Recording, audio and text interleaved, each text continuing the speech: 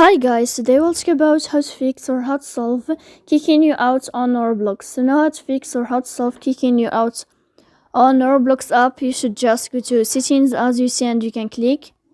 Here in this page you will enter to apps, default apps, app settings. After that you can click on Roblox and you will enter here in this page. Then this list of app info you can click on first app and you can click OK. Here we'll enter to the window of storage. Then you can click clear cache. Don't click clear data because that can cause you errors in your app. In the end, you can turn on your airplane mode and you can wait a moment or 3 seconds to turn off your airplane mode again to fix that problem. And if it's not working with you, you can update your app on Play Store. So please don't forget to support us by like and subscribe.